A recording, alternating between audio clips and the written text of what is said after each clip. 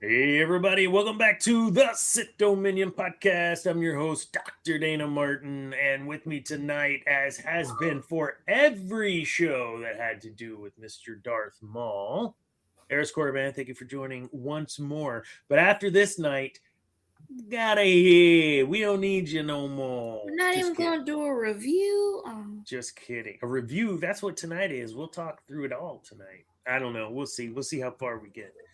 Just kidding. I won't kick you out yet.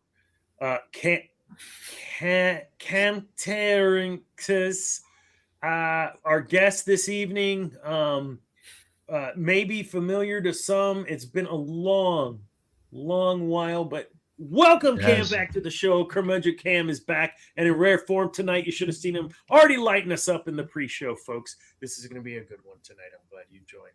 Thank you, Cam. Yes, sir. Yes, sir.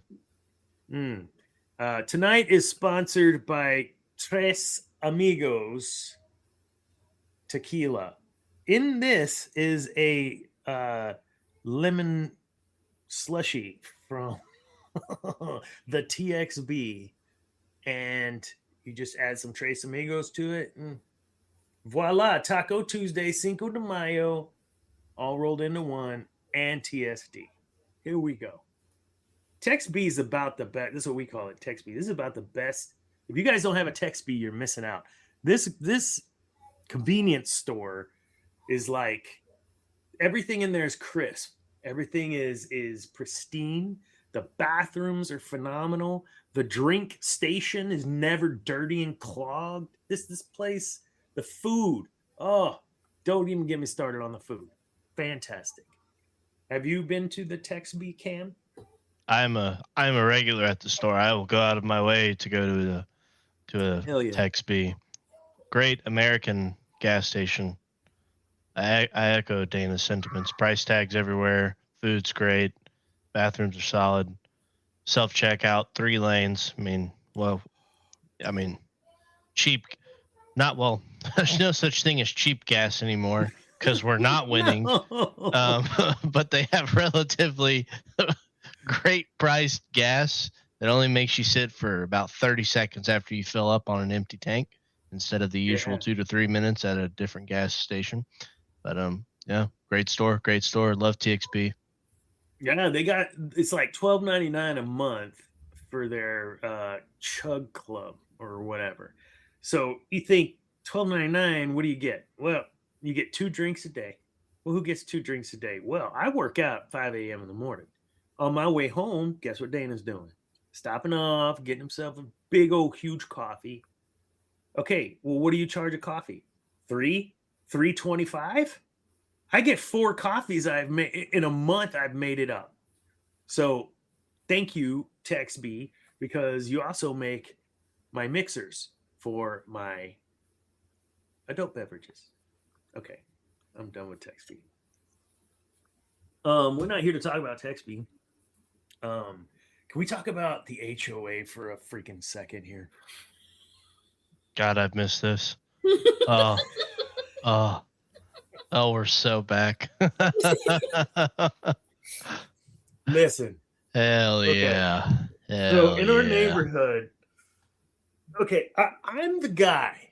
Okay, I'm the guy in my office. Okay, I have this light here, and this is not a ring light. It is a photo light, but it's also maneuverable. Whatever. I have this, and then I have, of course, lights around LEDs, and then I have under the desk. I love lights, and if you saw my house, I love Star Wars, Christmas time, that sort of thing. I'm very envious and jealous of these folks that are now getting these lighting systems installed that are installed outside, not hiring the kid across the street to come climb up on your roof because you're too old to do it anymore yourself. No, like recessed lighting, LED changes colors, themes, waves, whatever. And I'm dying. And what's the price tag out? $7K for a badass system. I don't have $7K, and I don't know that I can write it off. Cam, thank you. So I'm excited. I'm getting all this. I'm getting there. Here we go. I get an email from the HOA. I haven't done anything, but I'm nervous, and because there's a file attached, and I look at it, and it's like, here are Be sure you're on the 15th at our special session or whatever, where we're going to vote on one of 3 exterior lighting policies. What are you? So now I've got 3 PDFs. I'm trying to discern lawyer jargon, what I can and can't have for a light on my house, and if it's seasonal and non-offensive, then who decides that? Like, so many questions, and they gave me 3 policies to choose from, and then I'm supposed to show up and vote on them. Who's going to enforce this? And what, guys? I'm about done with the HOA. Can we be done and agree that the HOA served its purpose? But you know what? I'm at the point in my life, I don't give a shit. If you want to have a pink house and my home value goes down, good. I don't got to pay as many taxes. Thank you. All right. I'll get off my soapbox. HOA. Sorry. You had any fun with the HOA lately, Cam? Nah, I mean, my neighbors got their edges overgrown. It's all over the sidewalk. Nothing.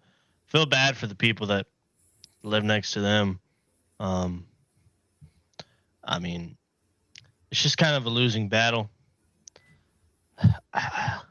You know, there's good and bad things that the HOA can do, but for the most part, it's just grown adults with too much time on their hands. And it's honestly, when you really think about it, it's really anti-American. You know, you got to think the whole policy of home ownership is in large part, is so anti-freedom because you cannot do things like, especially now with how expensive home ownership is you would think that like it's the ultimate like the mailbox thing, bro. It's the ultimate expression of like who you are, right? Like I take care of my yard, hypothetically, thinking that if I decide to sell my home later, people come in the door like, man, this brother takes care of his yard. He's got to be taking care of the inside, which is true, right? I mean, if you can't get out there at least a couple times a month and mow the grass, something's wrong with you, man. Yeah. Flat out. Or pay some college kid $20 to do it. He'll freaking come out and do a subpar job, right? At least your grass is mowed. But the trash can stuff, what you can and can't do on something you pay for, property taxes. I mean, it's we need to get rid of it. Like, all I'm gonna say is, you remember there was a revolt. How dare those colonists dump all that tea in the harbor? Listen, just all I'm going to say about this, and we'll move on, is a revolution was started for way less, guys, way less than what you're enduring. And don't say Trump, it's not. Don't say Biden, it's not. You've willingly been that frog in that pot so you could have your cushy little iPhones and Androids, so you could be comfortable with your apps to be able to sit from your couch and control your entire home. You're giving up the privacies. You're giving up your freedoms. All right. Just like a good little citizen of the empire should. I know, and look at me. Look what I'm doing. I'm wearing all this, and why am I preaching that? That's You're wearing the merch. I think, like, well, Danny, you got to think in some of the, like, OG College Station, right? Like, Munson, those neighborhoods, right? Like, you know, a lot of student housing, but, like, I got a buddy that lives in the old mayor's house on, like, 3 acres. They ain't got, I mean, their HOA is, like, $10, dude. And you go drive by some of those places. I mean, yeah, they're nice houses, but, like, I mean, you know, homie's got, like, a freaking storage unit in the back of his yard. You know what I mean? Yeah. I mean, let people, if they're not like, it goes back to the crux of a lot of things of like how certain people take it. But it's like if I wanted to put some like I don't know 12 by 12 freaking unit, whatever, 24 by 24 unit in my backyard, insulated out, fitted out, put like my home gym in there so I can get it out of my garage, right? It's well maintained, looks nice. Yeah, you can see it a little over the fence, whatever. But like, I mean, it's like I should be able to do that. It's in my yard, in the home that I paid for. It's not harming anyone. If anything, people that may want to have that type of facility whenever they want to purchase the home from me would get the benefit of that, right? Because that would be a pain in the ass to move. Like, let people do what they want with the houses that they pay for. I mean, you pay all this money, and God forbid I have my gnome flag that's a Christmas gnome flag for longer than it is for, like, in February because I just forgot to change it. And you're going to send me a letter saying it's not in season. Like, screw you, man. Like, you shouldn't be able to tell me what's appropriate for my home that I paid for.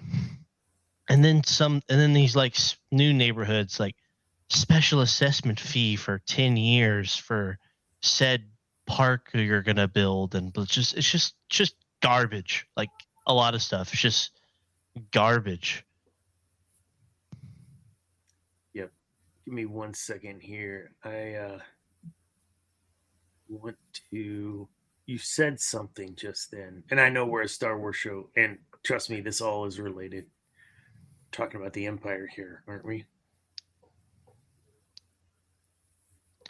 Wait, what did you say? If I want to paint my Gomp droid purple, he's going to be purple. Look, man, keep the roads paved, the lights on. Get our kids some nice schools, man, and mind your damn business, government of all forms. How about you do something good instead of you all collecting a paycheck and a pension because you're too stupid to do anything else with your lives? So you're going to decide to go into government for 7 years and get everything taken care of and not do anything because they're the only ones that don't get to work for certain periods of time, but they're still getting paid. I decide not to show up at my job for 2 weeks because I'm in a dispute with my boss over something, and I'm not getting paid. Who's going to provide for my family then? All right. Here's the first test here of using this. That echo, for those of you that watched the show, I think I figured out what it was. So we'll see. Here you go, Cam. Seasonal lighting policy. You said... I got you, bro. You want me to show it? Mid-February. Yeah, pop it on. Sorry. You said mid-February.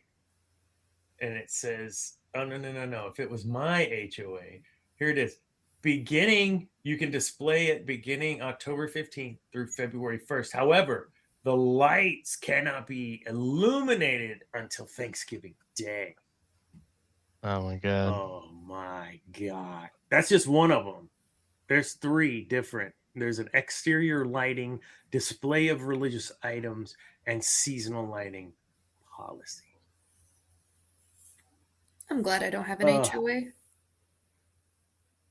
The city just drives around and says, hey, by the way, your grass is a little high. We can't see your meters. That's it. Well, then get your butt out of your truck and walk over and read the meter.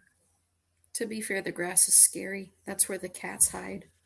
I feel like in large part, this might be a hot take because obviously buying a home is a very large feat, not done by stupid people. But I feel like HOAs were largely created to enforce very stupid people that somehow stumbled into home ownership and don't know how to take care of everything. And so they penalize the rest of us that go into this type of endeavor knowing what it takes to be a homeowner and the responsibilities that come with it. And then you're over policing us that like, just, hey man, my family's a little whack. We celebrate Christmas before Thanksgiving. Let me like put my Christmas lights up, November 1st and let me have them on in the night, right? But oh no, you can't do it till after Thanksgiving, whatever. And it's like, well, what about the dude whose yard is freaking 4 feet tall and his edges are everywhere? There's For those of you junk in their throwing yard. around, words and terms because you see them online and you heard them in school and you think you're badass, a lot of those terms and things that you're throwing around are what the HO freaking A is. Okay. Mm-hmm. It is. And if that's the life you really want, yeah, live in your HOA, making rules for everybody else that are good for thee, but not for ye. We know how this is. So I want to go. I want to go to one of those board meetings and tell those people how stupid they are. Oh my God! They should do better things to benefit the world with the time on their hands. The home that Madison, you and Zane spent a large part of your life in Round Rock. So I moved into this home. We were like the 4th home on this big circle. Yeah, Art was across the street from us. And yeah, it was like, okay, HOA, get involved, Dana, right? I get involved. I go to the first meeting, and we spent 20 minutes with some dude complaining about his neighbor's satellite on the side of his home causing his TV to be discolored through the walls. And I said, is this an HOA? This is how it is? I'm out. We're not doing this. This is what my money goes to pay for? Okay. Whatever. No, I remember what our street devolved into as well. How did we still have an HOA? Because the woman walking around asking kids for lighters and cigarettes right outside our house, that wasn't HOA worthy? No. Not even police worthy? Those are next door neighbors. As neighbors. Papa Palpatine says, enter the bureaucrats. This is why nothing gets done. So, on that note, Palpatine is. I watched yesterday. Watched the shows, of course, for Maul, but I also watched Return of the Jedi. If I'm gonna watch, banker. Actually, if I'm being honest, I watched the first 6 minutes or so of Revenge of the Sith, so I could watch that on my new TV for my office. That's like crispy, and it was salivating good watching that scene. That's my TV test. Anytime I get a new TV, that's what I straight go to, because that scene is pure adrenaline. It's so good. Anyways, then I went straight to Jedi and watched Return of the Jedi. May the 4th is the excuse to watch the show. My favorite, but it holds. Standalone, yeah, you need some history to kind of know what's happening or what led up to it. But you don't, even with Return of the Jedi, you could stand alone this movie. And it's incredible. It's incredible. Thoughts? Yeah, I mean, I love it. What'd you do for your May 4th yesterday? I don't know. Mine? I hope nothing bad. Yeah. That was my 5-year anniversary of my work, and so that was it. Hold up. I'm gonna interrupt you, brother. You're like, I know. You're the man working for the man that don't want to be the man. I know this, and I love you for that, because you got to play the game to survive. Look, let's be real. All of us on this side of the house, where we're talking little Revo and whatever, like, you got to play the game to live. All right, play the game. And one day, as Muse sang, the teddy bears will rise up. That's right. I ain't gonna lie, I heard that on the radio on my way home from the gym this morning, and I was, oh yeah, let's go.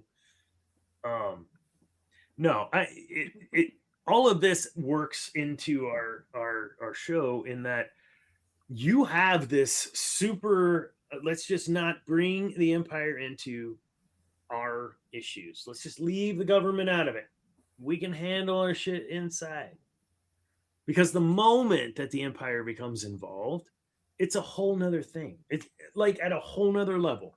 And that's not just truth. Like Star Wars was commentary on the social issues of the time. Vietnam War, this is well documented. So even translating Return of the Jedi, even translating what we're watching right now in Darth Maul to the oppressive Empire, people having issues and sorting shit out on their own until the Empire feels like they have to be involved. You hear me, right? And then ultimately, everybody pays the price for that involvement. Everybody. So yeah, I'm a little jacked up and I'm talking kind of covertly because I like having a show, but we live in a country where we can say this is an exact parallel of what is happening today. It's very subtle in Maul, and it's not something for me that it's a pivotal point of this or lesson of this show.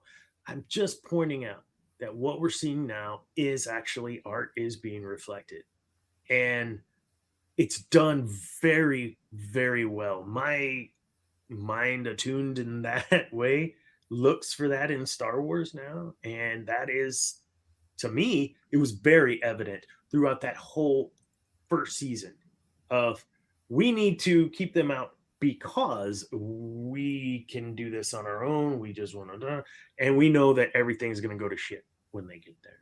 Would you agree, or do you think I'm reading into it too much that maybe, Dana, you're just crazy? You see it? I see it. Think you're onto something here. Yeah. Which brings me to my next point. 1 through 10, Cam. Episode, and we've been doing this. I don't know if you've had a chance to listen. Taking each of these dual episodes is kind of a mini arc.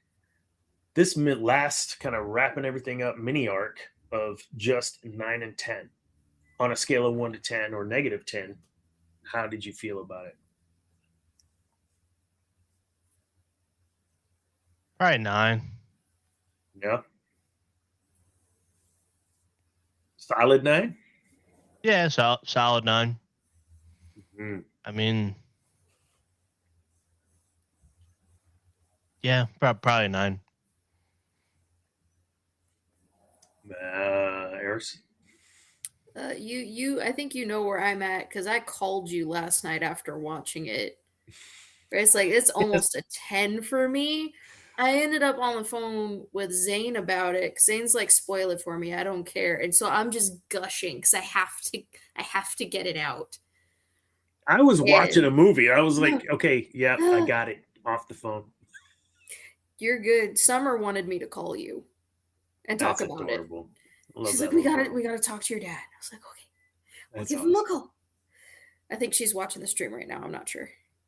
That's Summer. But the watching it and then I just gushing about it with Zane on the small details that, because you know me, I like my combat. I like my combat a lot. So I focus a lot on the combat and where all the little pieces are and seeing the minor details that if you know these characters, you're like, oh, he's holding back. He's holding back on purpose. He's not holding back anymore. Uh-oh. So it's just the small details. It is so good. There was a lot of that in these 2 episodes where Maul was calculating, evaluating, observing, which is Maul.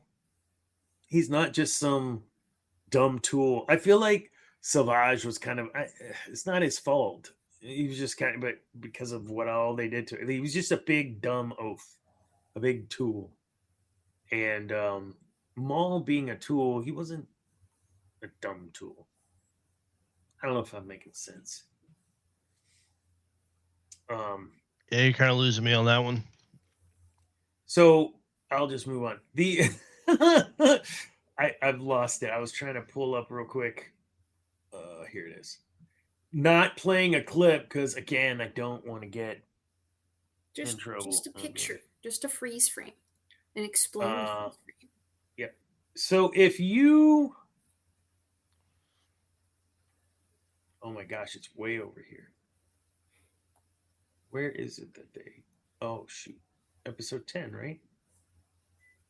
What are you looking for? When they are escaping in the bottom of the thing. Oh, that's episode 9. That's 9. I've got a freeze frame from that pulled up right now. Oh, you do? Is it the one with the lightsaber? Is it? Wait, which one? Is it the one where they're all connected at the same time? Because that's the one I No, grabbed. but I wanted to find that one. Yes, let's talk about that one while I pull this. Go ahead. Pull it up, I'll share because that I had to rewind a few times while we were watching it. So I was like, oh my god, this is amazing. just this. Let's see. I think I got it. Yes. That's so good. So good. That quad saber lock. I've never seen that. That's 5. 1, 2, 3, 4, 5. Yeah, that's 5 5. saber locks. Wow. Pretty dope. That's so good. And it wasn't forced, right? Like it was so smooth when it happened. You were like, oh my god. Had to rewind it. I wish Disney Plus had a way for me to slow down watching because those fights, the fact they sprint into the fight, I was waiting for them to walk up all intimidating. No, we're just gonna run and you better be ready. So good. So good. I might have to rewatch it tomorrow just to rewatch the fight scenes.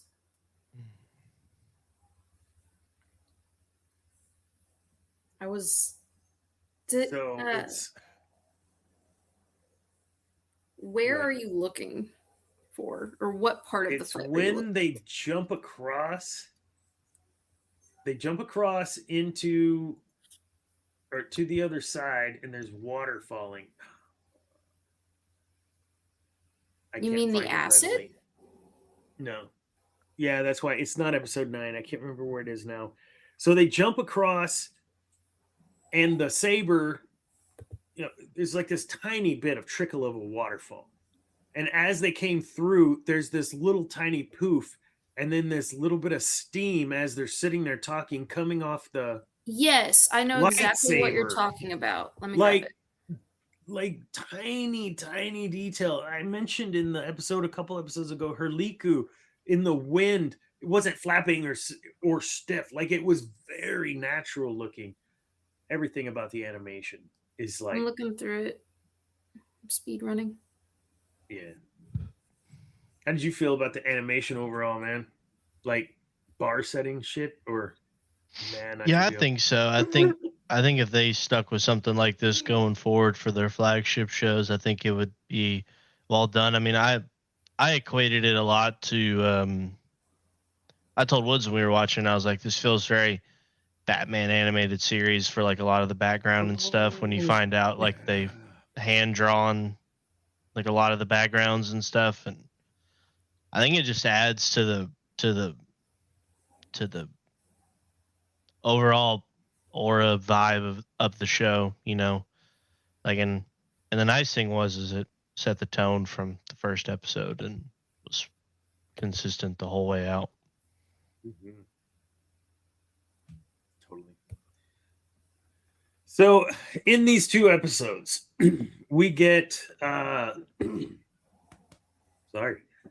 Lawson and the kids and Maul all having to kind of team up and come together,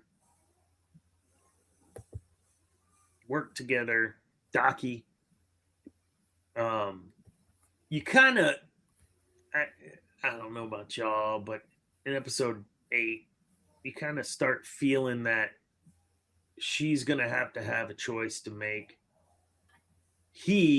Lawson, probably going to have some sort of choice to make. But it didn't seem like it was real overt, like campy. Okay, look, all hell's breaking loose. You're going to have to make a decision to stay behind or try to come. Like there was none of that kind of stuff. It felt very real. So I want to kind of lean into the writing of the show, especially in these last couple episodes. How did you feel that writing was overall, of course, but especially these last couple episodes?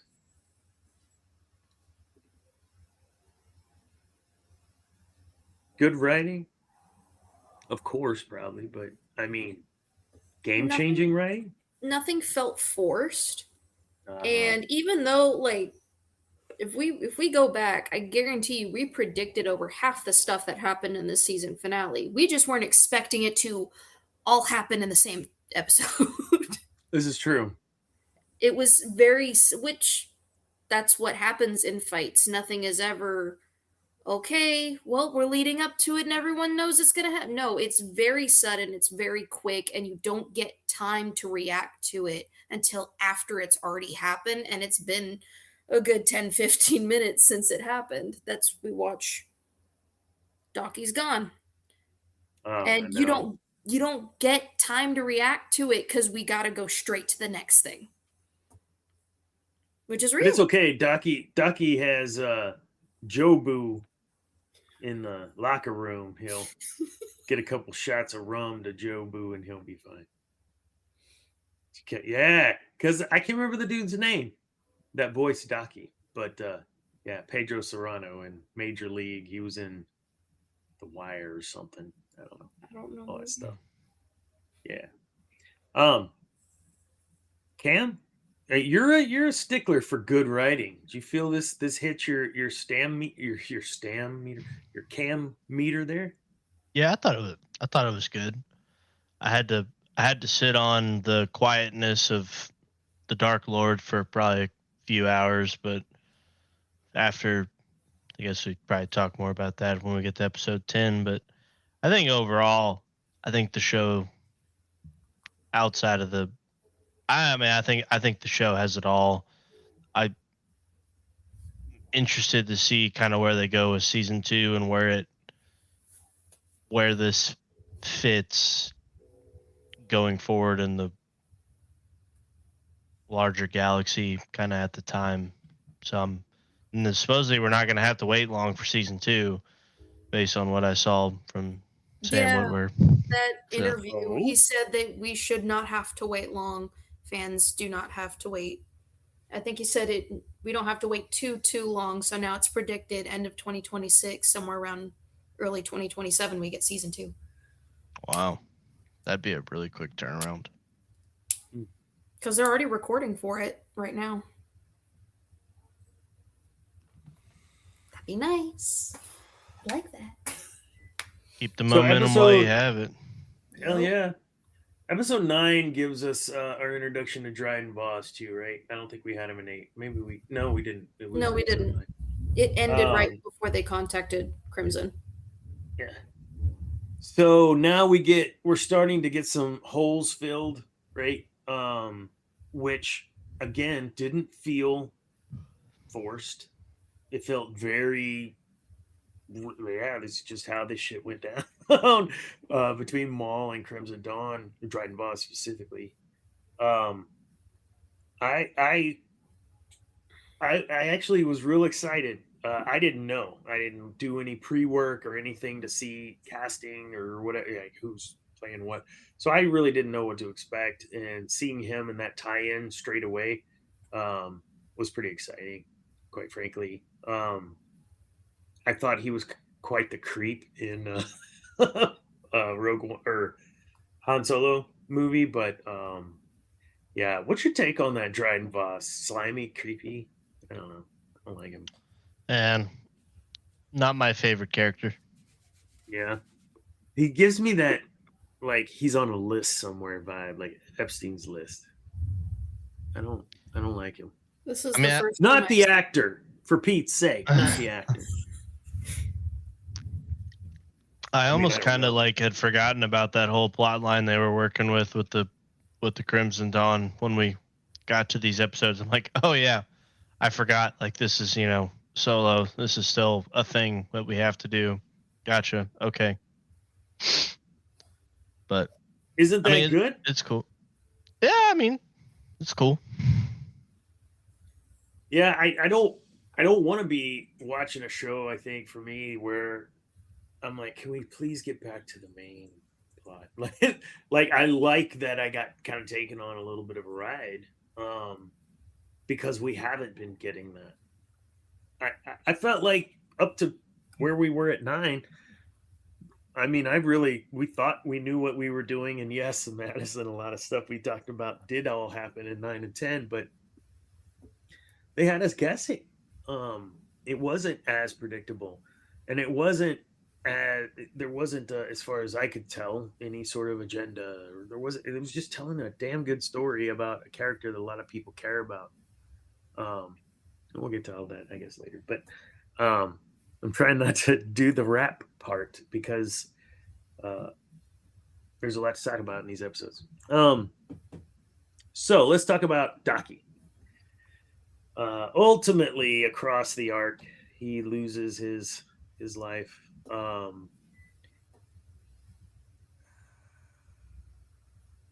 I've talked too much. Someone else talked to me about Daki. What'd you think about the character and kind of the way he went out?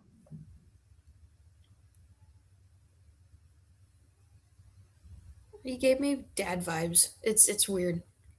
I was like, this is like what everyone is like, this is a good dad. But then as you're watching him make choices and try to teach Devin, you're also like, no, that's not gonna help here. You're a great guy, but please change the plan a little bit because this plan ain't working and you know it's not working. Daki. The Empire's here. Well, we'll just beg for food still. No, that's not a good idea. That's not gonna no. I think he showed. I think they did a good job of portraying really what a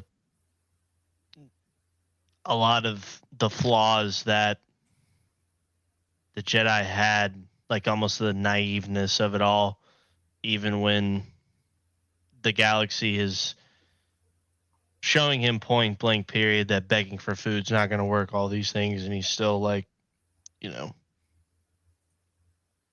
still telling his Padawan. I mean, he wasn't my favorite character, like, to start. When I started the show, I was like, I get why we're here. Devin's going to end up going with Maul, whatever. But he really kind of shined for me in these last few episodes in terms of his stark contrast with Maul, and Maul actually kind of like, it was cool kind of seeing him kind of act and be a Jedi instead of just old wise master whose order is all but gone and destroyed, but he's one of the last remaining survivors. But if anything, I kind of wish his death would have been a little more gruesome, but I mean, that's just kind of nitpicky at that point. Shout out to Woods though. She totally called that was coming. So yeah, that Maul betrayal, that was subtle betrayal too. Subtle betrayal. Like just, oh, here, you know what? You go deal with that. I'm gonna go. And then Lawson seeing it. Been a long time. Dude, you never seen Braveheart? No. I have failed you, Anakin. I have failed you. When I was in college, we watched Braveheart we called it Big Sandwich Night, man. We go get a loaf of French bread, 3 packs of Carl budding meat, 3 slices of cheese, mayo, whatever else, and you eat the sandwich in the time that you watch a movie. And we started watching Braveheart, and that became Big Sandwich Night. We'd watch Braveheart the entire year in college, every Thursday night. Anyway. Sober? What was it? that sounds like complete sober college student activities. Let's just say there was a lot of wheat and wheat products between that bread and beverages going into my system. I bet there was. Sure, it was just only wheat products, you know.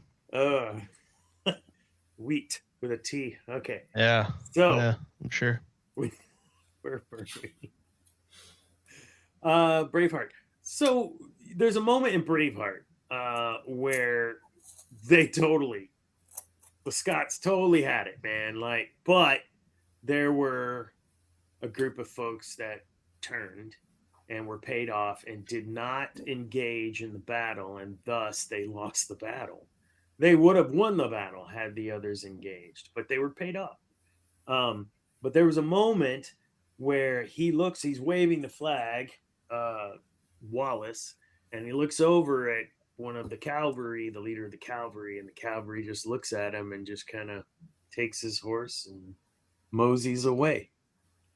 I swear to God, that is that exact moment where Maul sees what's about to happen and says, she's gonna walk away.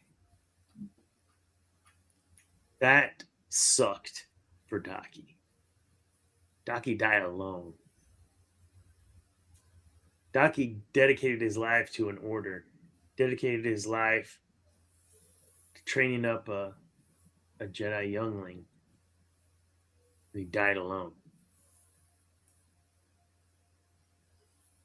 Him and probably thousands of other Jedi at that time. Yep.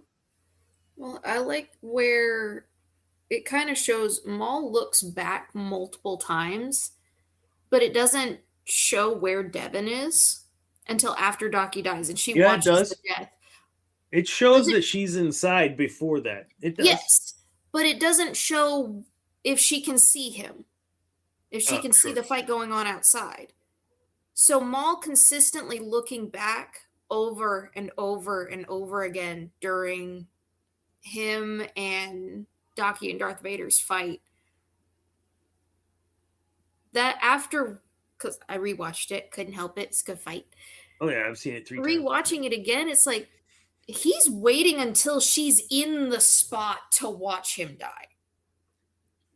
Because he's watching and listening, waiting for the combat to move, and then he goes in. I think, yeah, but I kind of feel like he was wanting to know if he needed right moment. He was trying to protect her too, though. I think he was watching to make sure she was still holding her own before he made the decision to leave Daki. Like, I think he was kind of still evaluating. Dude, if he had a chance to take out Vader, he would have taken out Vader. I mean, there's I think there's a kind of an unwritten "I was replaced by Dooku, was replaced by you." Like, there's all that, right? And we see a little of that later on. But I mean, let's just jump into it. What did you think of, first of all, Vader's entrance? He yanks Rook by the foot, sucks her out into the nothingness and the fog, and then, Darth Vader dramatic entrance, whatever. Talk to me about when you first saw that. That was good. It was good. I was really surprised he was in the show, to be honest with you. Really? Yeah. Felt, not that I didn't want to have my hopes too high, but it just wasn't something I had on my bingo card for the show. He definitely added to it, but it was cool. I thought it was really well done. Thought it was a great kind of callback, his entrance to what was that Legends book called?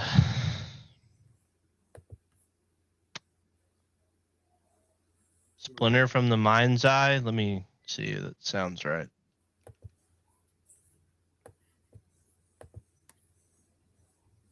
Yeah. That felt very kind of gave me that type of vibe. But it was cool. Well done on their part. I was kind of split on him not even saying anything because I've been kind of used to the Jedi games of Vader being a little more talkative when he's about the sauce on somebody. But him just kind of to choke on your aspiration. Him just kind of Michael Myers during it during the whole thing was pretty cool. I thought it was gonna be Palpatine until knowing that the first brother was Marek, I swear I was like, it's gotta be just Palpatine. And when they introduced the Crow, we know the Crow dies, and Ahsoka, I think, kills the 11th in like brother. 5 seconds. Yes. Yeah, I mean, with his own lightsaber. That's peak though, Ahsoka. Like what we get in Ahsoka, a live action, we get old lady Ahsoka. Anyway, the moment I saw him, I was like, okay, maybe it is Vader. Because I mean, it makes sense in the lore. He's in charge of the Inquisitors, and this. Knowing that Maul was planet side would mean that it was serious enough to have Darth Vader there. But I was in the past, Palpatine has always dealt with Maul. So why didn't he this time? Because they needed Darth Vader to come into the show? Well, I mean, probably. That's probably a part of it. I think, you have... He's on this, only a year after Revenge of the Sith, maybe? Yeah. So, I mean, great test for Vader still, getting accustomed to his new life. And I always had the fan... I don't know. My thought was his entire time up until we see him in A New Hope is him just going galaxy to galaxy, planet to planet, and just absolutely just murking every Jedi he can get his hands on, And so I think it fits better for him to have done this than for Palpatine. Because I feel like if Palpatine goes, it's... Obviously, we still have, we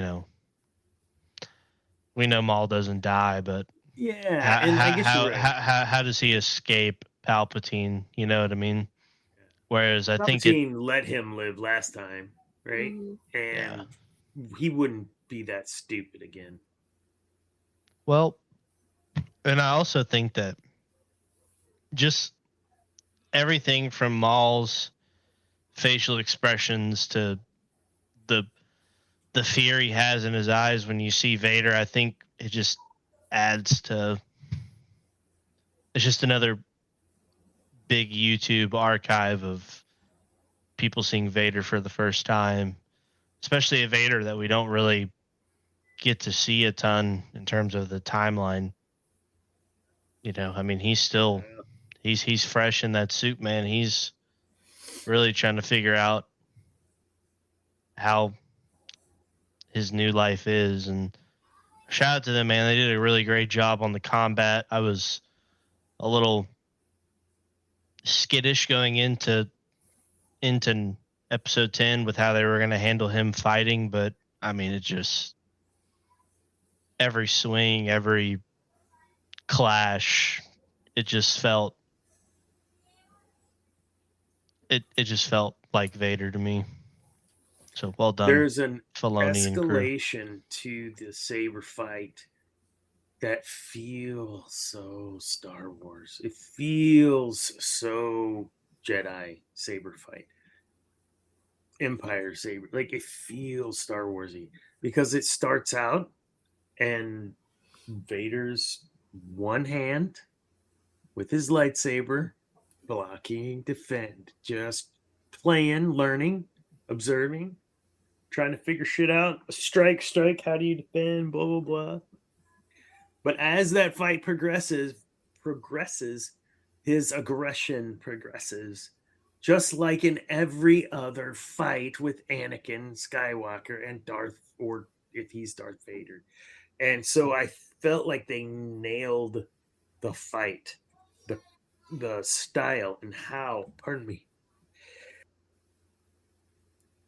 Bless you. Bless you. Thank you. They nailed it. He is, like you said, Cam. This isn't a Vader we've gotten to see really on screen in combat. And if there's a peak, I think we're pretty close to it on being able to balance. I've had the suit for a year, 2 years, whatever, and where I'm at with my anger and the Force. Like, this might be closest to peak we've ever seen on screen. And it did not disappoint. Vader's my guy, man. And no, he didn't say a word, but he didn't have to, right? I think it was done well enough. The pauses where he would gather and just stand there, like, you know what he's thinking. All right, mother, I see what you just did. I got this. I got you. Still toying with you a little bit. His armor and actually causing damage to his suit, and then him Devin just turning around and going, you know suit. what? I'm just going yes. to... He got yes. So yeah, he was mashing X, just mashing X on the controller. I told Zane, I was like, it's like somebody going at you with a baseball bat. You dented their car. You're not getting back up. No. It's totally Vader, right? It just escalates. And so at that time, by that time, he's two-hand wielding the saber. Huh? Luke does the same thing in Return of the Jedi. He does the whole, I'm just going to keep wailing on you until you stop. Where do you think? That's where he got it from. It's too early in the timeline. But you don't see Vader do that. Yeah. I've never seen Vader do that in any other depiction of Vader. So getting to see that and then knowing Luke does the exact same thing when he's mad. I guess it's hard for him to like fully raise his like I believe it pains him a ton. Obviously the higher he lifts his arms up, so can't do as much like Anakin used to in Form 5. I was just glad that he is. I was just glad they didn't speed him up or like make him feel just move unlike what we know him to be depicted as. That's probably my biggest gripe with Rogue One. Yeah. He walks like he doesn't have cybernetic legs in Rogue One. Yeah. And it's a very small, intricate detail, but one that Tony Gilroy probably should have caught. Yes. I get that you're going to be a heck of a lot smoother in A New Hope. But, yeah, there was still some visible acting there that wasn't there. I see what you're saying. I never thought of that, dude. That's a great call out, brother. Yeah. Sorry, I spaced a second. I was like, whoa. It's like now when you rewatch the movie, you're not going to be not able to see it, you know. So it'll probably make you hate the line with Krennic even more just when you see him walking. God, it's already terrible. All that. So it's but it's a small nitpicky detail that only people like us would really have a problem with. Come on, that's it. The whole thing. It's done. So let's talk about Maul on that side of Vader. This is the first time they've met, and technically not. Yeah. Yes. Whoa! What? Oh, because Darth Maul almost ran him over. Yeah, I know. On his speeder. So, I know. I love that. I saw that meme where it's like, like the Maul did not know this. Hold on. I don't know what I did. I pushed a button and now I'm playing music in my ear. Sorry. Okay. Look, I'm gonna say this because I think I know where you're going with this. I don't think he knows who Vader is. I think he might have an idea. I think it could be fair, but I don't think he I don't think he knows. And if he does end up knowing, I feel like it messes up some things when we get into Rebels and other events in the timeline, because there's a lot of gripes with Disney Star Wars, and one of the ones that I think very valid gripes is not everybody knows who he is under the suit. And it's a small, intricate detail that not very many people know and not very many people are able to discern, right? And I think in tune, Maul finding out who he is could raise some interesting, not like retcons, but interesting continuity issues with, was it Malachor that they're on, right? In Rebels, when they're all there. Like, why would he not tell her? I mean, obviously, I think she already knows at that point, but you know what I mean? Like, still. Yeah. I don't like this thing of everybody finding out who Darth Vader is and all this stuff. Like, Kenobi aside, which is an abomination with what they did with Riva and all that. But we can't, like, it just, can we keep the mystique of, like, it's the Emperor, it's Tarkin, we assume. Thrawn makes a lot of sense, him knowing. Who am I missing here? OG trilogy wise. OG trilogy. And continuity, I guess. I mean, in continuity, Doesn't you're only Yoda talking know? about, there's like two, I think there's two people in Palpatine's inner circle that know, and the Royal Guards know. The Royal Guards. In Legends Praetorian they Guards? have but the Red Royal Guards, they know. But outside of that, you're right. It's only like a handful of 5-10 people minimum or maximum that know. Yeah, 10 max, because like the whole thing was Anakin was a war hero for basically being the only Jedi that didn't, turn against the Senate and the Republic, right? Like, he saved Emperor Palpatine, or he saved like that was the propaganda that was pushed. Mm-hmm. Because that was going to be the thing with Anakin at Palpatine's side, assuming he was not burned, right?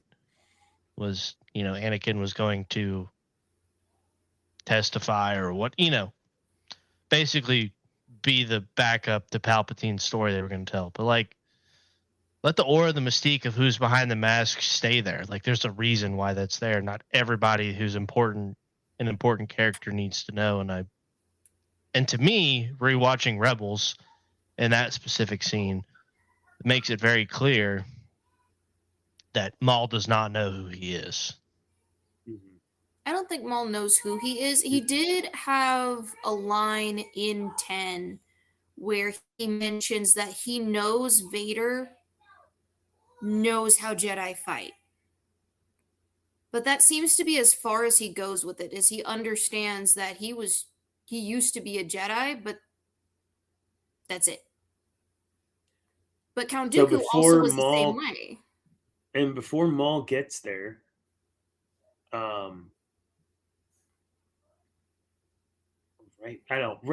right after they have their first encounter. Mm-hmm. I don't recall who says it, but the line is uttered, "What was that?" Not who was that. What was that? So I thought that was Lawson that said that. Like, no one knows what a Vader is, Darth Vader is. And that it's hard, I think, for us, I think is what you're kind of alluding to, Cam, is that we know who Vader is. Like, he's been a part of my life since I can remember. I know who Darth Vader is. I know who he is, and I know who he is under the suit. And not everybody does. And even in that galaxy, it's unfathomable to me that someone with the aura of Darth Vader is not known on all corners of the galaxy. But that's how big the galaxy is. Like Mhm. no, they don't know. Hey, they might hear a story from a traveler or something, and what they got this crazy dude in some black armor wielding a red laser sword. Yeah, you're crazy. Have another drink on me. Yeah.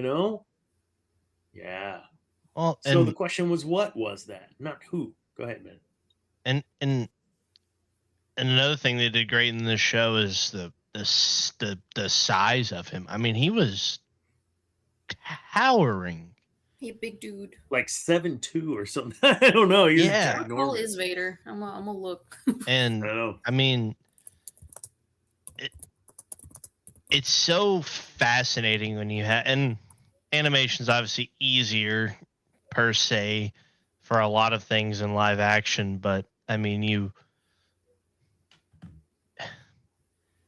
it's so fascinating to see the different depictions of him, right? Between Force Unleashed games, the Jedi Fallen Order, Fallen Survivor games. I mean, it's just fascinating. And then you have how he's depicted in Kenobi. He almost feels like small in Kenobi to me, if that makes sense. I mean, he's still a presence and he has great moments in the series, but like he doesn't feel like the same character, and I don't think that's because of who was portraying him. I think it was the direction and the story they were telling. But in this, they just like, I think you show 7-year-old Cam those last two episodes or ending episode 9 and the 10, like I have the same feeling of when I see him for the first time in A New Hope. Obviously, arguably, probably more terrified of him than I was when I first saw A New Hope. Because you didn't know. Mm-hmm. I will say, Dad, it'll make you proud because we watched the Maul series. It was summer. Jason and I would sit on the couch and watch while Darth Maul and everyone was fighting Darth Vader. Jason is on his feet cheering for Darth Vader, wanting him to just end it. Just end it. He was so and he doesn't happy. go that. Yes, he will repeat it every single time I even reference it. But he was so only a little. He cheers for villains, so it's not that concerning. But like Docky's dead. Yeah, go get him! Like no, calm down. Easy. Calm No, down. I don't want that. Please calm down. He was so happy because he wants Darth Vader to win. That's all he wants. Of course. And so having him fight. Here comes the band. I know, right? I'm gonna have to. I'm not gonna play the audio, but I would like for you, those of you playing at home, jump over on this here. Where's that?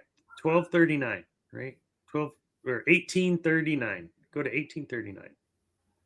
And what ends up happening here is meat shield, and then those hits right there, every one of those is hitting him. Now, I'm going to talk about animation and cartoons and whatever. You hear the blaster bolt going through him every time, and there's a specific sound that it makes, and if you didn't pick up on it, it may make you a little queasy. The realism in the audio for the animated show, I don't know how to articulate this, guys. Like it was so good that I felt present in the story. And it's an animated show, man. Did you feel present? They even got the body twitches every time he got hit. He's moving with the shot as it pushes that part of him back, but the rest of him is still free swinging. So you get, I don't want to say jello, but you get that almost jello physics. And understand, it's not a or pew or whatever. I can't even like. It's like a sizzling noise. Like it just like goes through. It's sad. If anyone has ever played Call of Duty or Battlefield and has their headphones turned on superhuman mode, it's that sound where it goes right past your ear, but you're hearing it go through. Pink mist. Yeah. Good stuff. Yeah, I felt it was very engaging. So in that last episode, well, first of all, moment of silence for Rook. I was really looking forward to getting some Rook in the second season, but I guess she doesn't fit the mold for the agenda. So moment of silence for Spybot giving Maul another. It was so bad. I was more sad about Spybots. I'm kind of over seeing Mandalorians on my TV. Get them off. That hurt, and I love that Maul took it personally. Like that's what made my day. Is he watches his buddy die and then turns around and goes, "Oh no, we're not doing this." It's like he cares. He cared for the droid. That's all he cares about. It was just the droid. Did you guys like Spybot overall? Like, yes, character, good ad. Better than Two Boots, and that might be a hot take, but Spybot is better. Yeah, Spybot infinitely better than Two Boots. I think I enjoyed Spybot better. I felt like they were trying to make Two Boots kind of a K2-ish. K2SO. Without the violent streak. He's a mix between K2SO and C3PO. He has the awkwardness of C3PO, but the capabilities of combat as K2SO. I'm okay with a little chopper, though, man. Give me a little chopper mixed in there. A small war criminal. Give me Spybot back. Chopper's an absolute goon. What a legend.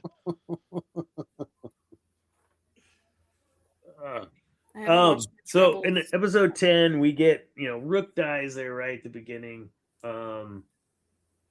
We talked about Daki dying, and ultimately we end up on Dryden Voss's transport, and Dryden Voss telling Maul, "All right, now it's your turn to end up to your side of the bargain."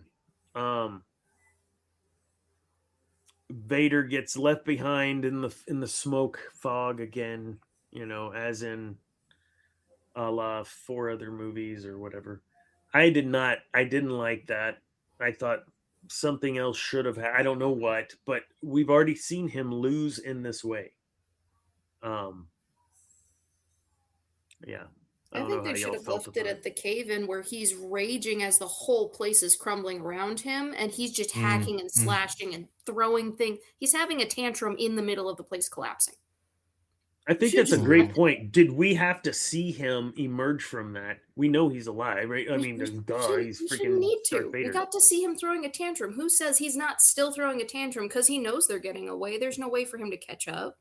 They're getting out. He can sense that they're leaving. There's no reason for him to speed up the process of getting out of there.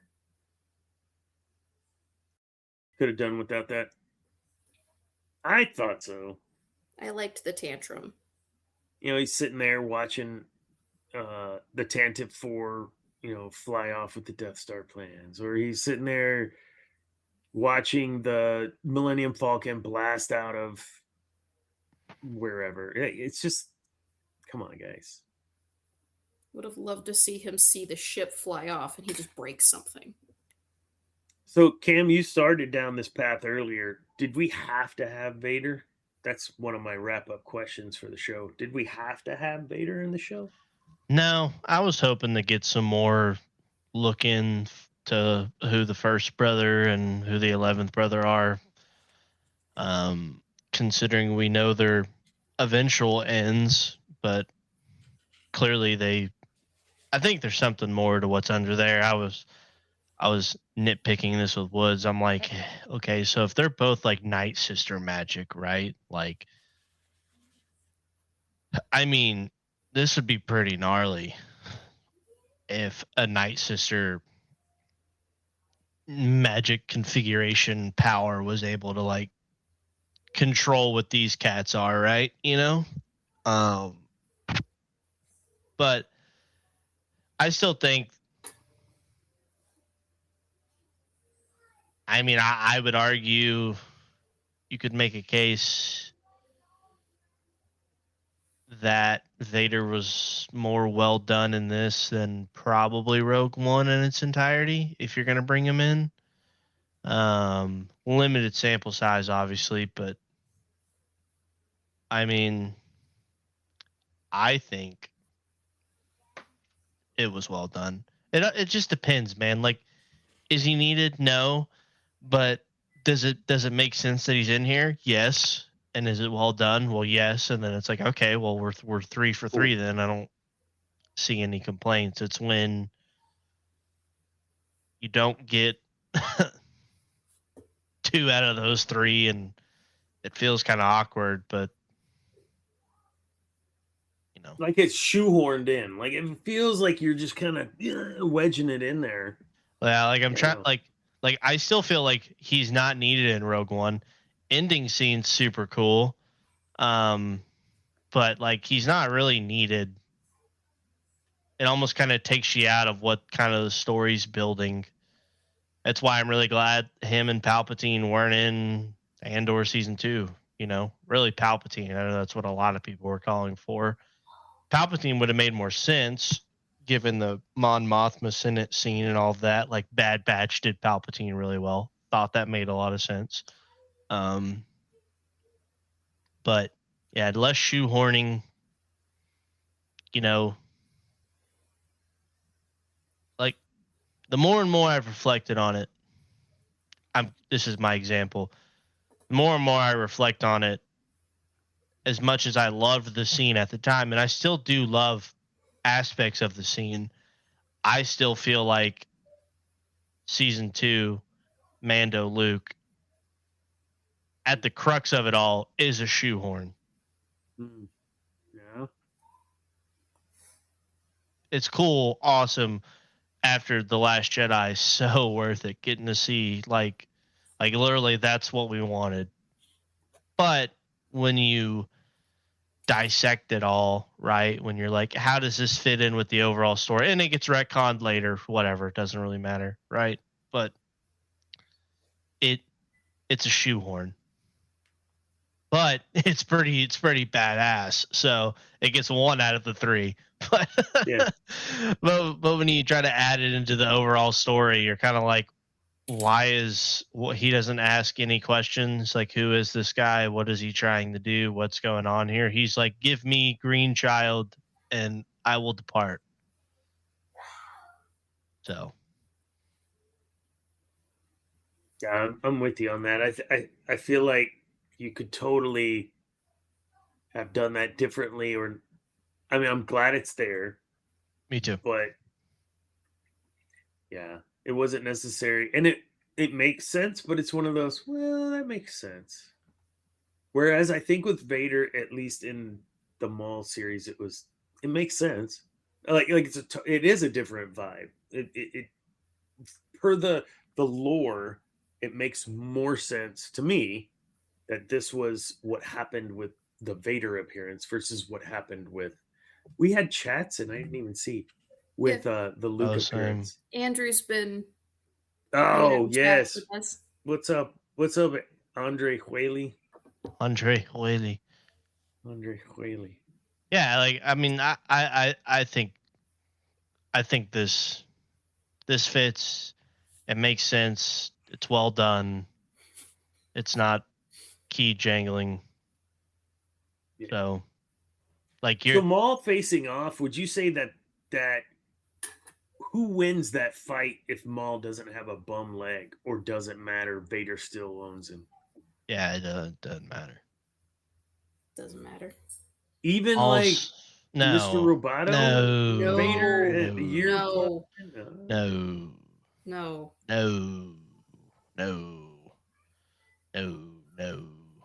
You are peak Maul, peak Vader. No. Any Vader. What scenario does Maul beat Vader? When he was supposed to run over him with the speeder. Maul's that Dana, you're missing the whole point of Maul. He doesn't win. I know. That's his thing. He does not win. Yeah, he beats Qui-Gon, but what does that mean? That's like the one time he's won. He does not win. I know.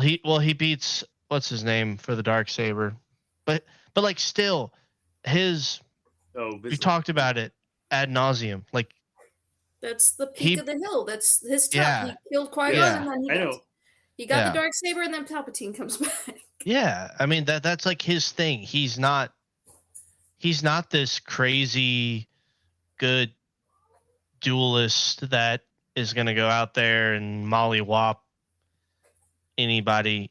Should he have put up more of a fight? Like, should the Inquisitors have been able to handle him as much? No. Like, if you want to go good leg, I can give him, I could see him taking out 11th brother, first brother, probably one-on-one. I could see it, but no, it's a whole different class. Yeah. You said something earlier too, class, made me think of that. We didn't get where I thought we would. Maybe a little more backstory on Marok and the Crow.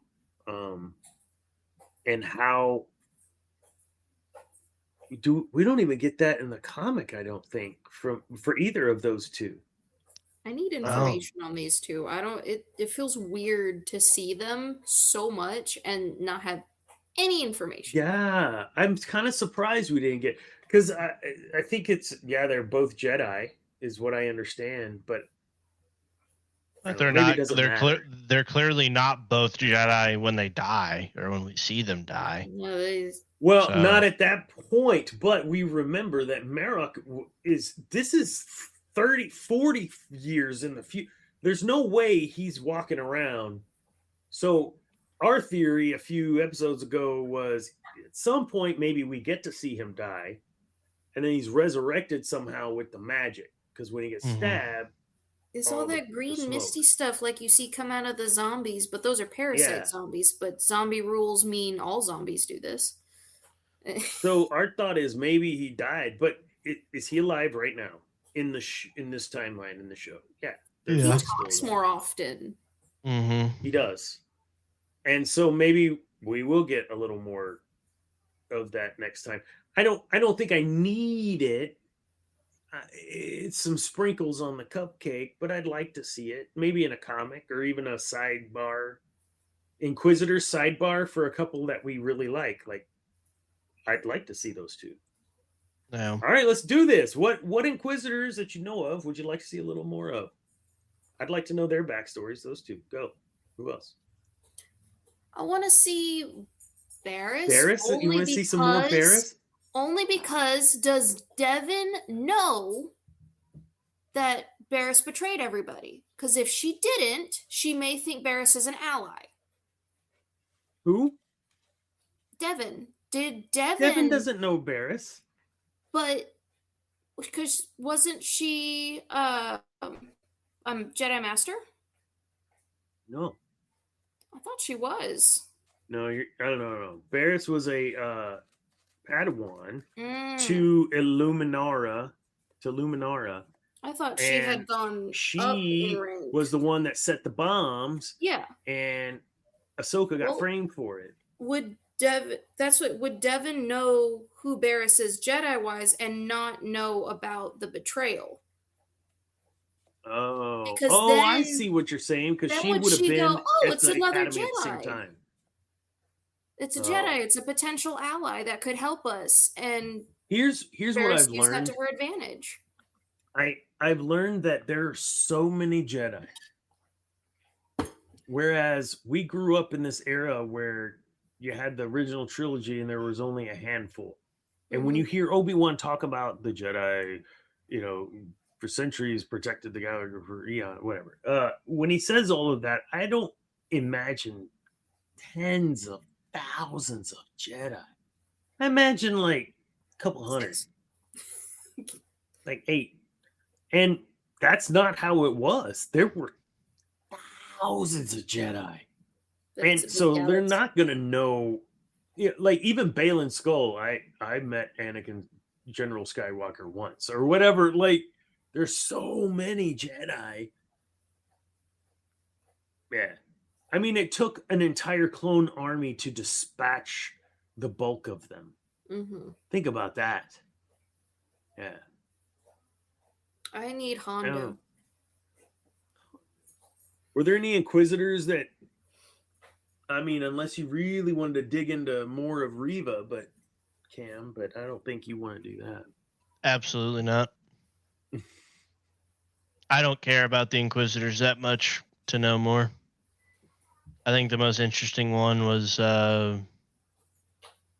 second sister Trilla. Mm-hmm. I think that's probably the best, most well done one. But I think we'll probably get some more Marok and 11th Brother in season 2, so maybe they'll give us a little something. But I mean, it's also like, I mean, it's an Inquisitor. Is what it is. Do a comic if you're going to do anything. Yeah. When we did our Inquisitor show, that was one of our takes was, I mean, I know why they exist, but I don't think they're necessary in the Star Wars universe, and they're kind of an add-on. Yeah. They're good like side characters for a lot of stuff, and well, I think it addresses that problem of not every Jedi was like, whoa, I've only been doing this for like 4 years. Hold up. Yeah. It like solves for that. I think there's a lot that they're gonna have to do. I mean, you gotta think we're gonna have to go through some training. I mean, they're probably gonna want to do a season 2 or a season 3. I could see Filoni wanting to do 4 seasons. I mean, there's a lot that you're going to have to cover in season 2. And a lot you're going to have to tie up with Devin and her training. And then clearly Lawson's not dead. So he'll be coming back. What do you mean Lawson's not dead? Lawson's dead. 100% No, Lawson. we didn't see a body, man. You know how this works. Oh, he ran into the smoke, into the we laser fire. didn't see a body, man. He's the only one that saw Maul's betrayal to Daki. That brother's coming back. You know it. So. Well, we might actually get to meet Riley's mom too in the Empire. Mm-hmm. She might get some data. Who knows? But yeah. So I'm interested to see with what they do in season 2. You think they take that mother and make her hardline Empire, or do you think you said something there about kind of giving some data? I don't know if you meant like helping out Riley and Dad, or sticking with the Empire and selling them out. No, I mean, I think she genuinely believes that the Empire is like, what they're doing is like for the greater good. At least that's the indication I got. Yeah. So, I mean, I could see like her son Riley trying to figure out what happened to his dad, and maybe there's some footage from a ship or a trooper's helmet or something, and that's how they, I don't know. Eventually, Devin's going to find out that Maul got her master killed, and there's only one person that really knows what happened. So, Lawson, who's she going to trust after she's already had some training? Yeah. Yeah, I see where this is going. So, because clearly she's not with him post when we see Maul again. So, and then you got the Crimson Dawn storyline. Eventually, he's going to be the leader of that. We're going to get Emilia Clarke's character eventually, or it would make a lot of sense. Maybe we'll tie up some loose ends from Ahsoka. I don't know what happens in the Star Wars Outlaws game. I don't really care. Shit, I'm still going to play that. It needs to get to like sub $10 for me to try. I I got it when it was below. I think it was like $24.99 or something. I snagged it. But yeah, they got a lot that they could do, but I don't want Maul to be the next Ahsoka. Eventually, the stories we have what we have. He has a great end. And I think Rebels does probably the best of any Star Wars project of introducing new characters to legacy characters, but it's to build up the new characters while also keeping the legacy characters intact. Like Maul coming in is like, whoa, but then you're like, what he does for Ezra and the overall story at the time is like he's actually adding to it. It's not what a lot of what Star Wars does now, you know. Fan service stuff. Well, they either fan service it and it's really kind of like okay, or they just step over and crush everything that you thought your character really was, you know. Mm-hmm. So pick your poison. But eventually, I'm really surprised we didn't see Jar Jar under that hologram.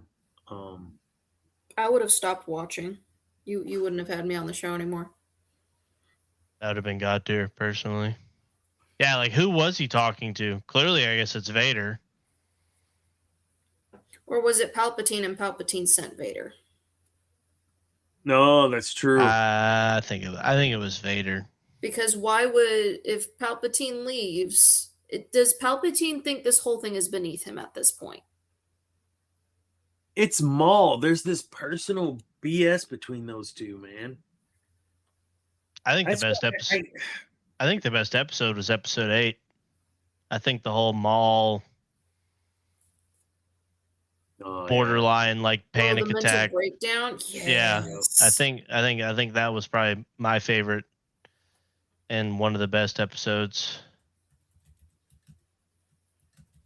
I feel like that was like one of the best depictions of having a panic attack or just a moment of everything's breaking and I don't know how to fix it. Give me 1 second. I'm going to step away. Talk about that, though, for a second, because we didn't spend a lot of time on that in that last episode.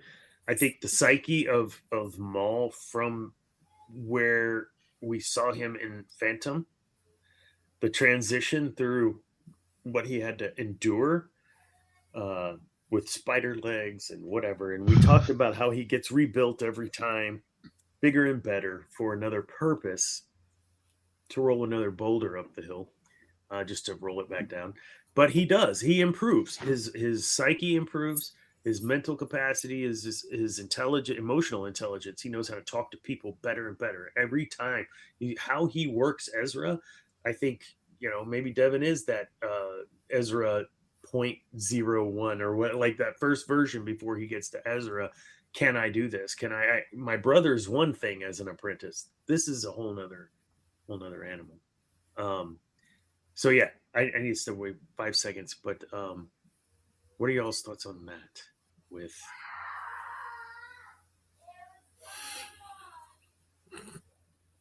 what in the?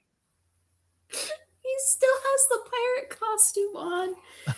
His great-great-grandmother got him a pirate costume for his birthday. Oh wow! I think we have worn it every single. This is week 2 of having said costume, and we have worn it every single day since we got home. Nice. So that is our new favorite, and so we watched Peter Pan last night. That may have been my fault, and so now we are fighting Captain Hook as a pirate. That's fair. What were we supposed to be talking about? The breakdown when Maul is having his panic attack in his hallucinatory sandstorm. Yeah, I mean, I thought it was pretty cool. I thought it was a very vulnerable moment, I guess you could say, for a villain, but it's also like he's the antagonist of the show, and so it's kind of, I guess it's a great moment for him to kind of lock back in, I guess, if that makes any sense. Yeah.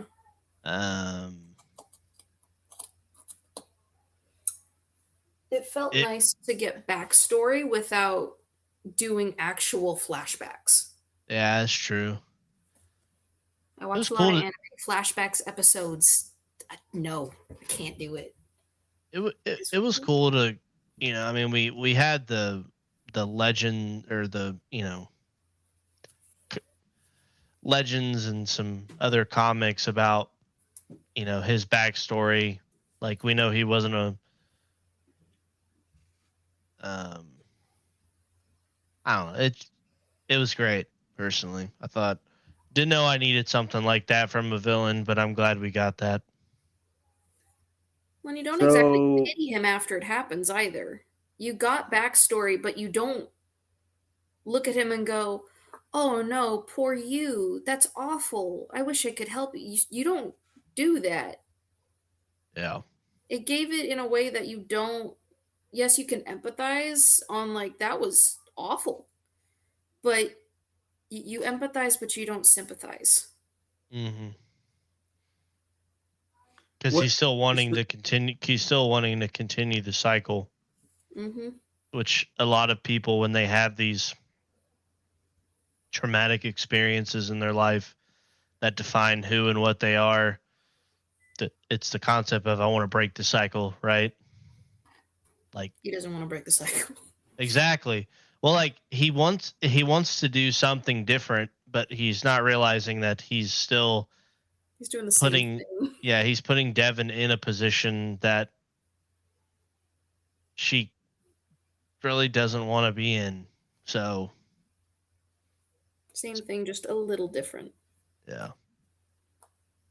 So one of the things that we talked about, and Cam, you spoke up about before the show, was let's hope they don't make him less of a villain.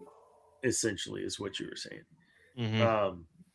So they did show a less Sithy side of Maul that we already knew existed from other shows that we've seen in his future, right? Madison stating, okay, but I didn't really feel sorry for him, you know, like, you know, his reasons or whatever.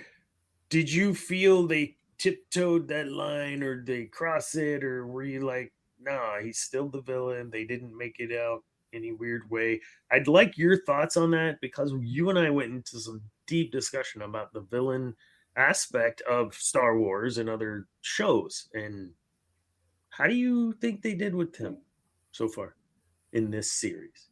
I thought it was good. I mean, yeah. I didn't at any moment feel like what he was doing was out of character.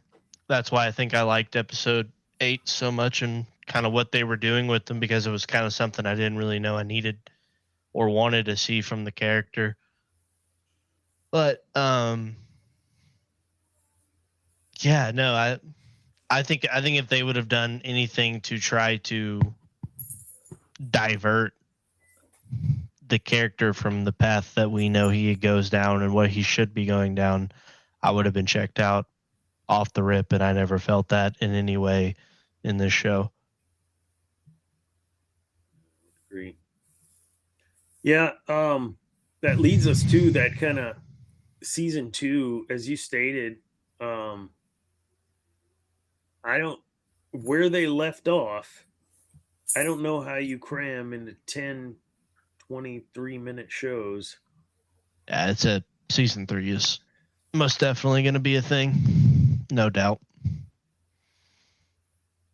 Yeah. So it's kind of hard to kind of, like, a show like this to kind of speculate what happens in the next season. Well, one, it's hard to do because we don't know how many seasons we're going to run, but we know the dude's future. so I can tell you we'll get story about Crimson Dawn and how he takes over that, and maybe some stuff about Devin, which is all that you said 10 minutes ago. I guess we really don't know. Oh, we know, but we don't know how they're going to do it in one or now potentially, I guess, 2 seasons if they're going to give us one so quick too. I think doing it if they rattle this off, like you said, before the end of the year. Would you watch? Okay, how about this? Let's say they do rattle this off and then come out next May with a full 2.5 hour animated Darth Maul wrapping up. This is the last Maul movie, animated, whatever. Would you go? Would you pack your seat for that? Heck yeah. Buy your ticket. Yeah. If we're keeping on the same path that it's currently going, absolutely. How about this? If I could rent out a theater to watch episode 1 through 10 of this first season, I'd love to watch this on a big screen. I mean, we still got to see the movie, but I mean, if we got more stuff like this in a theater, I'd go pay money to go to my local Cinemark and pay the type of money it takes to go in there than to go see what they're coming out with for Mando. May 22nd. I might need some gas money, but I'd make the drive all the way down to go sit in that theater with you. Yeah, that's crazy. 22nd. Yeah, 22nd. It's not. It's. I'm hoping there's a lot more to what we're seeing than what we have seen. So. I can't wait to see Stinky become an arena fighter. So take yourself back to the first time you saw Darth Maul. Trying to run over. No. That little kid. That's what's funny. Like, Maul had he didn't even know that kid was the chosen one. He was going to run that little kid over. He didn't care. I love Darth Maul, man. This is a threat. Let me just. When you first saw Darth Maul, you felt some kind of way, didn't you? I was terrified. How old were you, if you recall? Were you like 7? Probably 7 or 8, I think, is when because I watched the OT first, so I would have been 7 when Revenge of the Sith came out. I think, I think I watched I'm trying to remember if I remember Maul from the first Lego Star Wars game or if it was I think it was Phantom Menace. Yeah. Madison's first time seeing it was at the house because it was at the duplex because y'all watched Phantom Menace and Attack of the Clones, which is why I remember walking out of, because that's the house we lived in by the railroad tracks. As I walked out and y'all were watching Attack of the Clones, y'all had just finished watching Phantom Menace. I don't remember who was with you on that couch. It was the floral couch that just probably Scott. Because I remember I freaked out about the Acklay and wanted to go back to my room because that scared the crap out of me. The Acklay was scary. That was like, what, 4? So when you first see this Darth Maul painted up, he's whatever, super mysterious. I think, Cam, you allude to the mystique a lot about Vader, and there was a lot of that with Darth Maul too in Phantom Menace. This dude, we'd never seen anything like that. And then we end up with Rebels, Clone Wars, Solo, and now this show. Does all of this content surrounding this one character at this point, has it diminished or devalued Maul in your eyes to where you saw him the first time to where you're at now? Are you good with what you've got? Mm-hmm. Yeah. This goes back to, I guess, the stories told for his ending. We've gotten most of the middle. And I think that's kind of what I felt like with Luke until they changed everything, man. Um, I liked what we had for Luke, his beginning, middle, and end. And whenever they shifted all of that, I think you fractured. I don't think we've really talked about it in this way. You really fractured us, not the fan base, like separating. No. Like you hurt us, the fan base. And who's in charge of Lucasfilm right now? Dave Filoni and the other lady. I don't know her name. Yep. Okay. So is this their first Star Wars project together? Well, I think Kathleen Kennedy is still running Lucasfilm. I don't think she's stepping down till later this year, but let's see the credits. I'm just wondering how much more, if she's still in power, how much more say did Filoni have in this? Says he was the program creator. Damn. Developed by Dave Filoni and Matt Miknovets.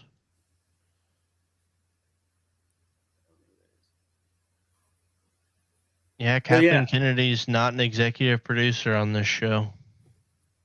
That's why it's so good. Can we say that again?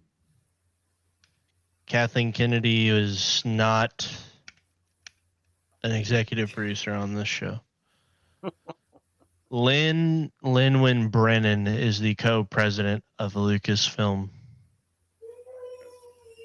There you go.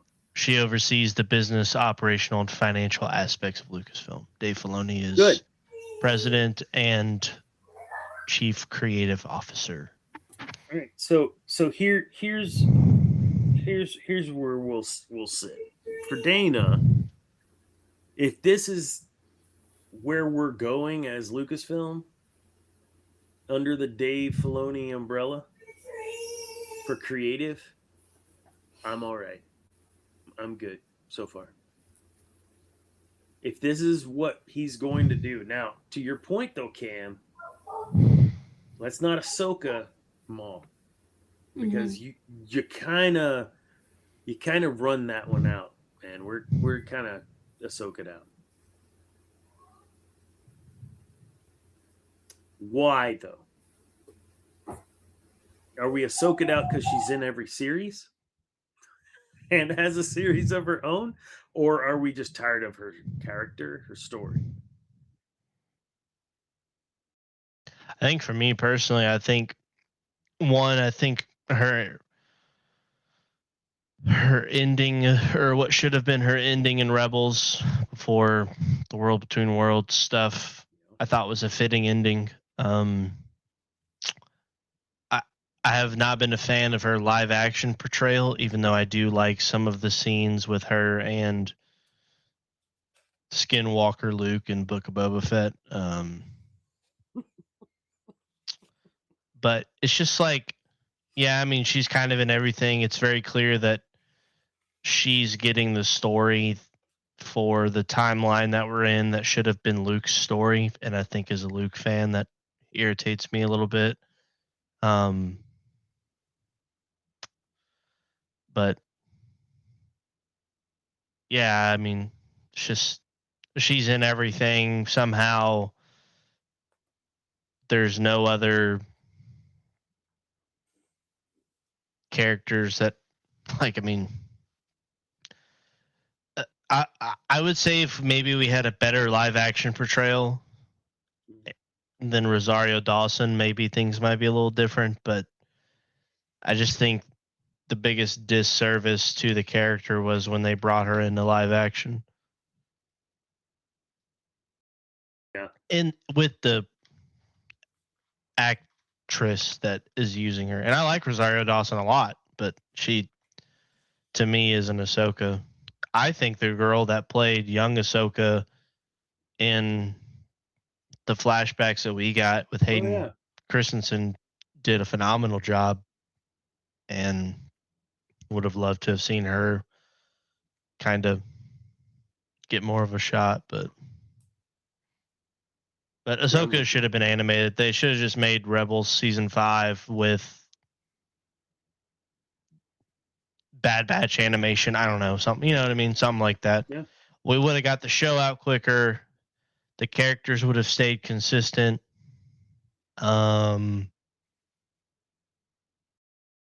think it would have been better, personally.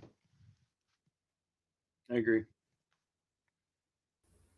Yeah, I think when you look at what they're doing with, or what they did with Ahsoka versus what they're doing with Maul, Maul's been in all the shows except for Ahsoka's standalone show that Ahsoka's been in, right?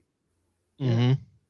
So he is a main that has main aura and main energy and can carry his own show. We just proved that. I don't need live action Maul anymore. Please, God, no. I think what we have as animated Maul as we sit today is probably, for me, this was the best all around animation from Lucasfilm I've seen. Oh yeah, hands down for me. And yeah, story wise, there's been a couple arcs that's got me looking forward to the next show, Some of those arcs, like, of course, Jarrus or Kane and Jarrus dying and whatever. Like, that's one where it's like, I need to know how's Eritzer gonna deal with the, what, like all those things, like good writing, man, good storytelling. This fills that bill so far.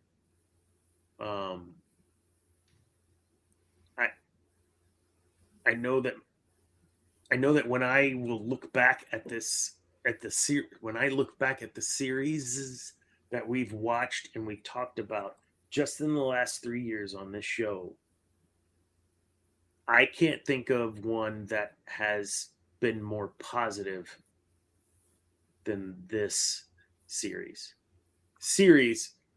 No, that's not true. I think it gives Andor a run for its money in, from our perspective, how well it's written, directed, acted, and in this case animated.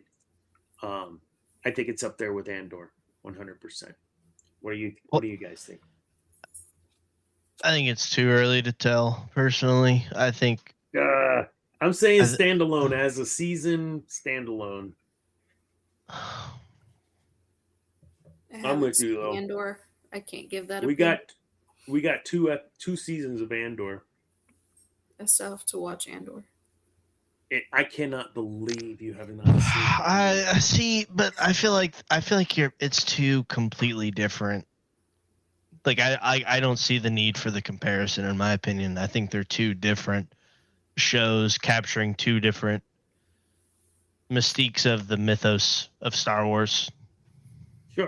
Sure. So, and when I compare, I'm not comparing them like in that way. I'm comparing them in like standalone. This series, Andor season 1, was just phenomenal. Like, it was great, beginning to end. Like, it could stand on its own.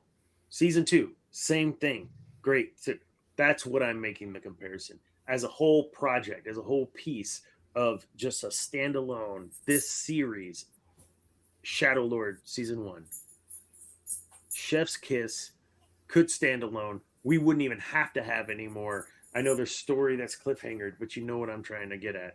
It was good enough. That's what I'm making that comparison. Yeah. Then yes, I agree with you. It was a very fulfilling end to the season, where it's like, you know what? If I had to pick up a book to finish this, I'd be okay with waiting to pick up said book to finish this. I don't feel the need, just like with them releasing the 2 episodes, I didn't feel the inherent need to know immediately. I felt good enough that I could just wait till the next one came out. Yeah, I'm with you. All right. Any last bits on Maul before we close out? I have a weird not opinion, but I don't know.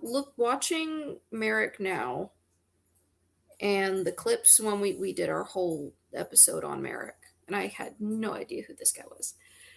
And looking at it now, I wonder if they're gonna play him like they played Maul, Phantom Menace, where you don't get to know anything about this guy. True. Because that's what Maul used to be. Now we don't have a character that is just this, well, what is this and why does it bother me that I don't know? Could Merrick just fill that? Could a lot of the Inquisitors just fill that gap of we don't get to know their backstory? Sucks. Figure it out. Because that adds to the danger of you don't know what's going to stop them. They have to be able to be killed, right? Big old question mark on the end. Maybe. We know that they can, but as like characters in the show too, it's like, can they take damage? They don't seem to. So we might not get anything on Merrick at all. Maybe. Just keep us in the dark on it. So I'm looking at season 1 kind of as a closure to say that it did something that I didn't really anticipate. There was a boldness, I think, about the show in certain areas. It showed in times kind of peak Maul, who Maul really is or was at that time, could have been potential. And episode 9 takes us to a version of Maul that I don't want to say is honorable, okay, but the mental psyche, as we were discussing, right? Like, it gives us that background of no, he is disciplined in his training and in his mental fortitude because he has to be, based on his past where he did lose his mind. And then we get to episode 10 and all of that stripped away. He pushes right up to the edge. He chooses to control over compassion, and he forces Devon's hand. Oh my God. Forces Devon's hand in her transformation. And where I found the biggest, Eris mentioned this as well, Palpatine treated Maul, like manipulated him to get him. He tortured him, but he also manipulated him, especially around Savage, or with the Savage arc. And it's in that manipulation that now he's repeating the failures of his master, right? He's doing the exact same thing that Palpatine did. And that's what you were talking about earlier. He also becomes that very cycle that he swore. He's like, Palpatine, he's not going to do, Sidious isn't going to do this to anybody else. And then what does he? Turns around.